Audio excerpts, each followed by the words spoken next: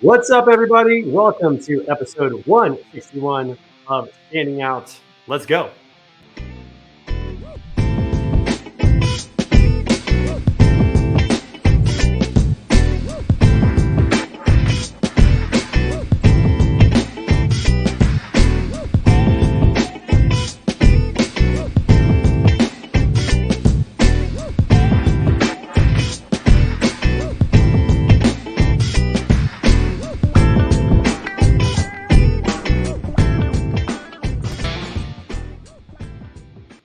Good morning, everybody. Welcome to another episode of Standing Out. Happy Thursday to everybody out there. Shrey Griggs from Beta Consulting Group. So excited to have you here for episode 161. We've had an awesome week of shows all week.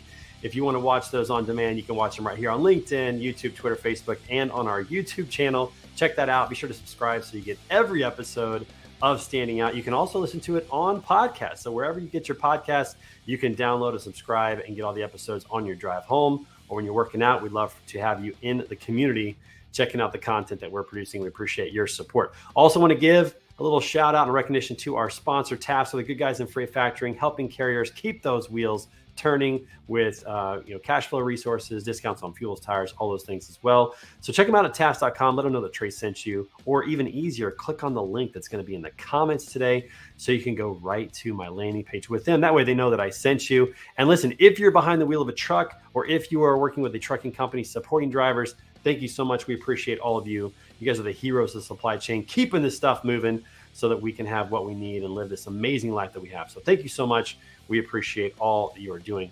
While you're out there surfing the web, you might as well check us out at betaconsultinggroup.com and get a look at the website because we're about to change it, y'all. We're about to move into a new location. We're super excited about that. If you got feedback for us on what you'd like to see, we'd love to hear it. So check us out at betaconsultinggroup.com. We are helping companies become known and trusted so they can grow their business. So check it out. Fill out a form. We'd love to work with you and help you tell your stories and work with your customers to grow your business. Also, while you're there, you can check out the swag store. We got some awesome items in there, including the new Iron Minds water bottle. You guys might know on Monday morning, 6 a.m., we do Iron Minds with a little podcast workout, and we've got some great items there. It is October. It's spooky month, so make sure you use coupon code SPOOKY, SPOOKY, to get 20% off of your entire order. And when you get it, take a picture of it and send it to us. We'd love to see your swag that you guys have. All right, listen, we got a great show today. Super excited about our guest we're going to bring on here shortly. I met this guy about a year and a half, maybe 2 years ago, and been watching his company grow and do amazing things, and had a chance to go to a Cubs game with him and do some other things. So it's been really fun to get to know him pretty well. Everybody give it up for my good friend from CDL 1000, Andrew Sobko. Andrew, what's up, man? Trey. Hey, what's up? How you doing? How you doing, man? I'm doing great. How are you doing? Great to have you on the show, man. I'm so excited that we got the chance to get this on the calendar. I've been wanting to do this for a long time, and just watching what you guys are doing at CDO 1000 and getting a chance to tell your story. So thank you so much for being on the show today. I have to ask a question, though. Tell me about those boxing gloves up on your wall. There's always a story, man. What's the story behind those? Yeah, a lot of people asking me. So one of them. It's well positioned. It's well positioned. It's nicely done. I actually have many more, but I'll show you next time. So they were signed by Mike Tyson and Canelo.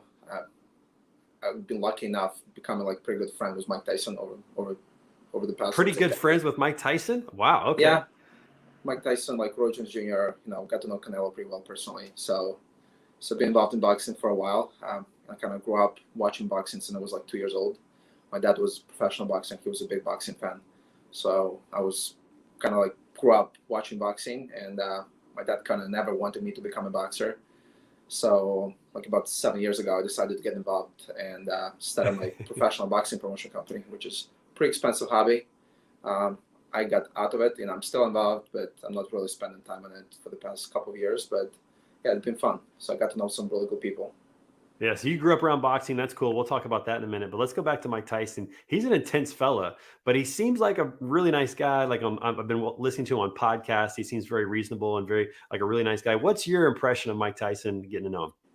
He's a super nice guy. He's so nice. The first time I met him, probably about 7 years ago, I was impressed. He was so nice to me, so kind.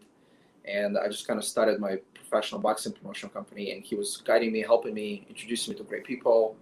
So it's been fun. Very kind person. Very kind person. That's cool to hear. And I mean, obviously he can still pack a punch. Was there any like concern standing close to him or hanging out with him? Like, I mean, that guy can do some damage. Yeah. No, it's fun. What's There was a video like a few months ago that he punched somebody in the plane. I was actually, don't fuck with Mike Tyson. Yeah, you get somebody that can do that. Just stay, keep your distance a little bit, or don't piss them Yeah. off. One of the two, that's for sure. So you grew up around boxing, but you said your dad didn't want you to ever become a boxer, but he did want you to train as a boxer. Talk a little bit about that and what you learned, going through, training to be a boxer, even though you never actually competed. But what was it like going through the training? So big part of kind of being a successful boxer, it's all about kind of discipline. So I kind of, when I was growing up, I learned about the importance of discipline. So like even my current life, for the past 7 years, I wake up about 4:20, 4:30 a.m. every single morning, and I go to the gym at 4:45.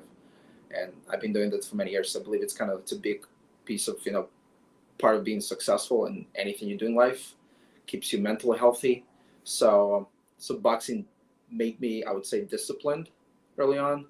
A lot of people just don't understand that boxing, it's not just about, fighting and sparring with people. It's also about some stupid daily work where you practice, let's say, the same hook like thousands of times. And it's a great cardio, it's a great sport. I'm not saying I'm actually, I'm training boxing right now. I have not for the past couple of years, but I'm still a big believer in discipline, and still believe, big believer, waking up early and following this, discipline that I've learned from early on. Yeah, I've heard that about boxing. I've heard that about the different martial arts, that it's really about the discipline. It's not so much about learning how to fight, even though you learn how to, defend yourself, but there's the discipline that goes into it. And that's a skill that really carries over into life. When did have you always been a morning person, or when did, getting up at a set time really take hold for you? So I think about like 7 or 8 years ago, I read somewhere that 4 a.m. is hour of champions. And you see a lot of people like on Wall Street, they wake up at 4 a.m. and, gyms are packed. The most successful people that I personally met in New York, and I've been fortunate of meeting some really good people. Everybody's was waking up at 4 a.m. And I'm like, I got to do the same. If I want to be like one day like those guys, I have to do the same. So now I'm telling everybody, 4 a.m. is hour of champions. So I'm a big promoter of waking up super early, and I love it. I love every second of it. You kind of getting ahead of entire world. You go to the gym or whatever you like to do. You can read the newspaper. I'm a big believer in meditation. I do TM, transcendental meditation.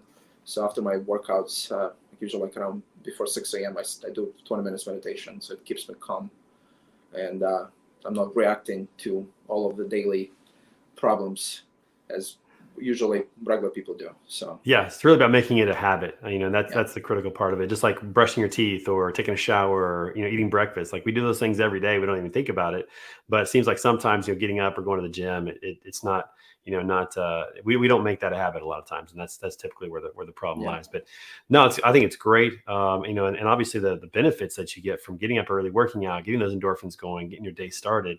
It's huge. What time do you go to bed at night? I'm curious. Are you an early to bed kind of guy, or do you just work on little sleep? So when I don't have any business dinners, I usually go to bed at 9.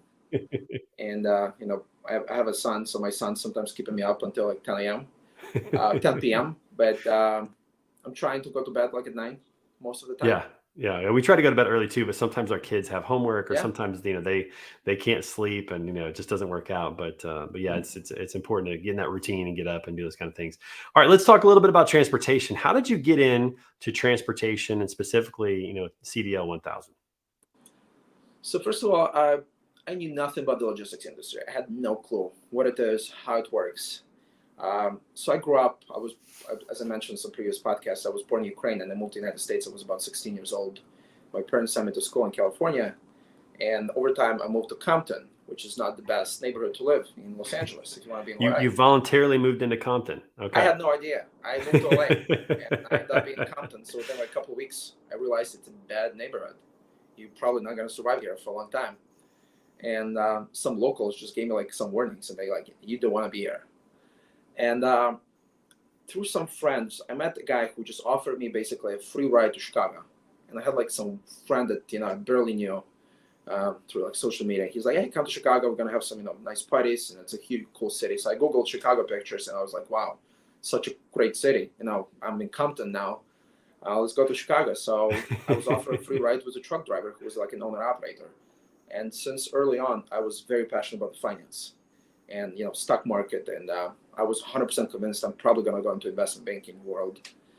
And then he started telling me about the spot market. You go to, let's say, one region, you go to LA, and the prices this morning like X, and afternoon like completely different prices. You negotiate prices. So it was mind-blowing for me. And I got super excited. And I came to Chicago. I went to work for a couple companies. I learned the industry. And then I started my first company. I was 18 years old on the truckload side. And now when we got to CDL, of course, CDL 1000, everybody knows as a kind of like broker, digital broker, drayage broker. We're big in drayage. Me discovering drayage, it took like 7 or 8 years. I was always looking for some niche, some biggest problems, some biggest pain point in the industry. And it took a long time. And we did it, and we did it kind of early on. And then COVID bubble happened, and we were basically at the right time, at the right place, at the right time. And we're able to take advantage of it. So you took a road trip across the country with a truck driver, and that changed your life. Yeah. I knew nothing about the industry. I have no idea. I probably couldn't even spell out logistics word. Yeah. Well, I think it's funny. We all have stories on how we got into transportation, and none of us planned to be here. Like, I don't know. I know nobody that went to college thinking I want to be in logistics. I know nobody. And so it's amazing to hear the stories of how you get into logistics. Do you still know that truck driver? Do you still talk to that driver? Have you ever thanked him for that conversation? Actually, a very good question. I know of him, but I don't stay in touch with him. It's a good question. Interesting. Yeah, no, I probably should try to find his contact. Yeah. Well, clearly changed your life, but it is fascinating. It's a fast-paced industry. It's a fun industry, and so it's a great story. Was he a flatbed hauler, reefer, van? It was like a reefer or driver. Yeah, don't really remember. Yeah, that's a great story, man. That's awesome. All right, so CDL 1000, you guys are a growing company. You're up to about 220 employees or something like that. I think is what you mentioned earlier before we came on today. So talk a little bit about running a company of that scale. What was it like in the beginning, and how has it changed as the company has grown from a leadership perspective, from a culture perspective, from an organization perspective? What are some of those lessons you've learned along the way as this company's grown? So as I mentioned, it's very important to have some sort of niche and some pain point. And we, the company, we're a big believer in like creating value for clients, for vendors, for everybody around in this ecosystem, and solve problems. And you see a lot of new companies popping up, and they're opening up another like brokerage company, and they don't have any sort of like clear strategy how they go to the market, what kind of problems they solve. So when we started CDL, we started small. We had a big vision from day one, and we have even bigger vision now. But we acquired the building, which was our first office in Alliance, Illinois. It was a massive, like 20,000 square foot building. We fully remodeled it, and we had about 5 people, like 5 people at the beginning. It was like funny, but we had this massive office. Like it's a lot of space for 5 people. Yeah. Yeah, like it's like a huge trading floor, and we had like only 5 people, like 5 desks, and I was doing sales myself, but our clear mission was to try to digitize the space and try to simplify it. It's such a complicated industry, and you see everybody's overcomplicating stuff. Like you see like people like about one shipment, they have like 10 phone calls, they're doing like 10 emails back and forth. It's too complex in my mind. And we always try to make it simple as possible. So what we did early on, which was big part of our success, we built our own like quantum AI powered digital calculator for drayage. And drayage is a little bit complex. It's not like truckload business. And the whole mission of it was I was trying to basically find a way where customers can reserve, let's say, power of trucks, like let's say from 1 to 100 trucks in seconds. And I always challenge our, let's say, tech team, our product team to, let's say, they have like 10 seconds window. If customer can actually from start to finish can actually book a truck, let's say in 10 seconds, then it's a good product. Otherwise, no. So we built the first product, and then I was able, at the conference, landing our first big name client, which was John Deere. And they loved the product. They loved the calculator. He actually asked me, Andrew, why should I use it? And I'm like, you should look into our digital calculator product. You can find consistent pricing in seconds. And we basically started delivering this transparency and consistency. And I've done sales early on. And a lot of clients were asking me, like, do you know why, like, you email like company ABC, like, and let's say they have a group email, and one dispatcher responds with one price, and another dispatcher might respond with a different price. It's the same company, it's the same lane, it's the same day, and no one could give an answer. Just dispatcher felt like he could probably charge $100 more.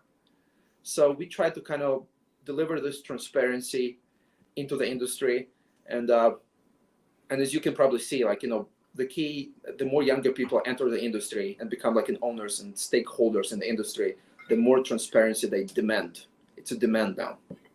So that simple kind of concept, I would say, helped us to get this jump started early on. Yeah, and I think that's really interesting. We talked about this a little bit. I want to dig in on this just a little bit more because I think some people think that in order to be successful, you have to make something really complex or really complicated or really, arduous. But I think you agree with this. The ones who really win are the ones who simplify, especially the things that are complex. They can simplify them down or make them really easy. And it sounds like that's what you guys done for your customers. Yeah. So we always challenge our people, if they can, let's say, complete the work just by sending 2 emails instead of 10 emails. That's kind of like our challenge. Instead of 10 phone calls, do just 2 phone calls. That's overall, we're trying to make it as simple. We can do a lot of stuff maybe behind the scenes, but for our clients, it has to be seamless process, as simple as possible. And it's pretty complex. Drayage, as you guys know, dealing with ports, dealing with railroads, paying demurrages, per diems, and dealing with all of that, it's pretty complex. But our job is to simplify. And I think that, you will see a lot of unicorns created by just around simplification of different industries. Look on DoorDash. We're a big believer, like in DoorDash, beautiful templates, email templates coming in. We still have a driver delivering food on the back end, but nobody kind of noticing it. You're getting the beautiful updates, seamless process. You order basically food on your phone in seconds, and you're done. And you're getting full great updates with great, product, beautiful designs. So that's sort of what we believe in as a company. I find that a lot on the marketing side, that a lot of companies have trouble simplifying their message, and it actually creates a lot of confusion in their marketing material. Like, what does this company actually do? What problem do they actually solve? A lot of companies struggle with that. So it's not only just in like what you're talking about with technology, but it happens too in marketing and messaging. Simplicity is a difficult thing to achieve. And when you can achieve it, though, that's when things tend to happen in a favorable manner because, it creates clarity, which is so important. So I love the fact that you guys have done that for your customers. Talk a little bit more about also the culture of the company. And as a leader of the company, how have you maintained or built a culture within CDL 1000 as you guys have grown? Because that's so hard. The more people that you have, the more difficult that can become. What's that been like for you guys? So we just were like a month ago listed on the Inc. 5000 as the 3rd fastest growing company in the country and #1 logistics space. So Congrats. I would have to give credit a lot to our culture. There's a lot of people might like it or might not. We have a kind of sales driven mentality. I've learned early on that, it's all about sales at the end of the day. It's all about, sales coming in. If you don't have sales, you don't have an engine in the business. So sales culture, what we did that changed the company and we started actually scaling very aggressively. One of many things. We deliver full transparency inside the company. We started basically sending sales reports within the company, like twice a day, but full transparent report. Who does what? Who's producing what? And I was like acting like one of the sales guys too. I was competing with our own team. And we created this kind of very competitive culture. I'm not saying it's, that's what needs to take us to another stage, but it was extremely helpful for us to get to this, let's say, 100 million revenue stage, the sales-driven mentality. And we always kind of focused and challenged ourselves, on Fortune 500 customers. Now, it's easy to find some other freight forwarder business and some other business, like from other logistics firms. We have a company, we believe there's better value could be created if you build relationship with Fortune 500, let's say Fortune 1000 list. And we've been pretty successful at it. That's interesting. So your sales team really had all of their performance just put out there for everybody in the company to see. There was nowhere for them to hide. Everybody got to see it. Everybody, it's almost like a department, collection department. Everybody could see sales twice a day, and they still can't do the same. We still have fully automated report coming out every single day, twice a day, full transparency. Which is almost like a sports team, because when you think about your favorite football team, you can see their stats. You can see, like mine is the Kansas City Chiefs, so I can see how many touchdowns Patrick Mahomes has thrown. I can see how many yards they've rushed, how many passing yards Travis Kelce has. You can see the performance; it's right out there for everybody to see. So you've taken that approach with your team to say, "Hey, we're just going to show everybody what you're doing, and then you guys should perform." Did everybody embrace that? Did that actually filter out some people that were not in line for that? Did it help kind of clarify who the winners and losers were in your organization? It filtered out a lot of people, and it still does. We still have people trying to convince me that it's a bad idea. But You know, we are all about kind of thoughtful disagreements in the company. You know, we have some bigger managers kind of like still arguing, but I personally love it. I think Yep. it creates kind of very kind of competitive, healthy competition within the company. And of course, we do have some some, let's say, accounts that became like a house accounts over time. So now we have like a house competing with some other guys. But overall, we believe that everybody should be selling something. Doesn't matter what your job is, which department you are. Either you're carrier sales, you're still selling. Your account Everyone is manager, selling. your operations person. Everybody should That's have right. this kind of sales mentality and try to basically. I'm not just saying selling some empty stuff, but always trying to create value. Yeah, exactly. It's You're either always selling. simple. You're selling a new customer. You're retaining a customer, or you're selling a potential employee on coming in and joining the company. I mean, everybody's in sales whether they like it or not, whether they know it or not. Yeah, absolutely. Everyone is in sales. That's really fascinating. I like that. I mean, you have to do what's best for your organization. You obviously know what that is. I think that people who don't like that are the people who don't like transparency and want to hide, because people who are high performers, they want people to see their results and what they're doing. So I think it actually brings out the best in the right people, the competitive people. So kudos to you. That's a really fascinating way to go about doing it. That's awesome. What other aspects of culture have been really important as you look to recruit people, as you look to retain employees, also as you look to potentially remove employees? One of the great aspects of leadership is getting the right people on the bus, getting the wrong people off of the bus. How have you managed and navigated making sure that you have the right people on the bus, getting maybe the wrong people off the bus, and making sure that that culture is maintained? So, a couple of things on the culture side. We were, I think, crystal clear when COVID happened. At some point, since day one, we actually never closed the office. We always were working out of the office, and we tried a few times working from home, and it just didn't work out well. And because of our sales-driven culture, we can react pretty quickly. We worked for 2 weeks from home. Our revenues dropped 40%. We could immediately, no, we're going back. So it just doesn't work for us. And we tried over time, trying to, make sure we were working super hard, to convince people, look, if you guys, we'll give you another chance. If you guys really want to work from home, let's make sure we have a good performance. And every time we did it, we kind of failed. So we as a company probably didn't do a good job with this working from home. But we were crystal clear. We were working out of the office. So it kind of helped with collaboration. And people always worked on different ideas and different challenges together.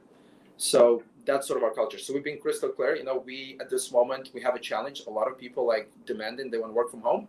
And we're being crystal clear. Unfortunately, it just doesn't work for our company. No matter what you did in the past, we just cannot do it. It just doesn't work for us anymore. And there's not a right or wrong answer with that. It really is a cultural answer. It's like what works for you. We have some companies like our friend Charlie Saffro at CS Recruiting, like her whole company's remote and it works for them. Like they're different culture. Like that's fine. As long as your company and your culture works for you, that's all that matters. And clearly you guys have figured that out. That competitive nature, you want to be in the gym together, you want to be together, competing. And so having a sales culture, it makes a lot of sense. Yeah.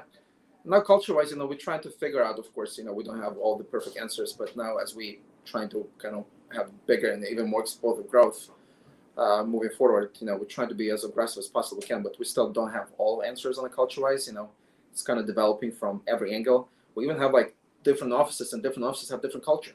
Like we have our Alliance office and our downtown Chicago office, competing with each other all the time. So this kind of competitive helps, but sometimes it does not, because it doesn't really create as good collaboration between offices. People within offices work together, but now they kind of I'm not saying hate each other, but they compete with each other. So it's kind of interesting now. So we do have challenges. We're trying to figure this out, how to make everybody work together even more and better.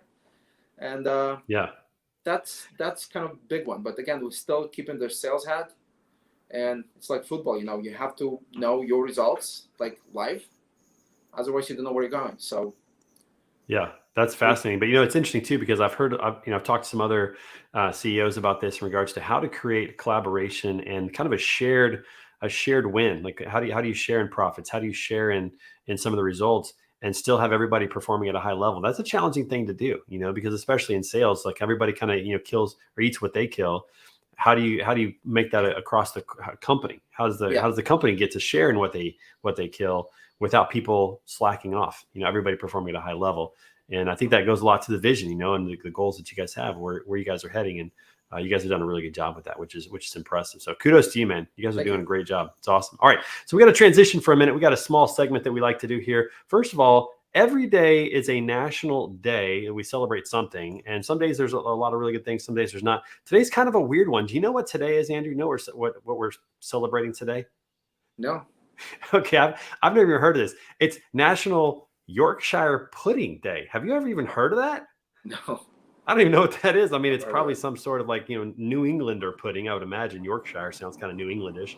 I'm going to say New England pudding. I've never had it. Are you a pudding fan? Do you like pudding? No, really. Me neither. I'm not. We're going to move on from this. So that was a terrible segment. The second segment that we have is the random question of the day. Now, listen, Andrew, this question might be good. It might be a terrible question. We let our producer do this every time. I haven't even seen the question, so I'm not sure what it is.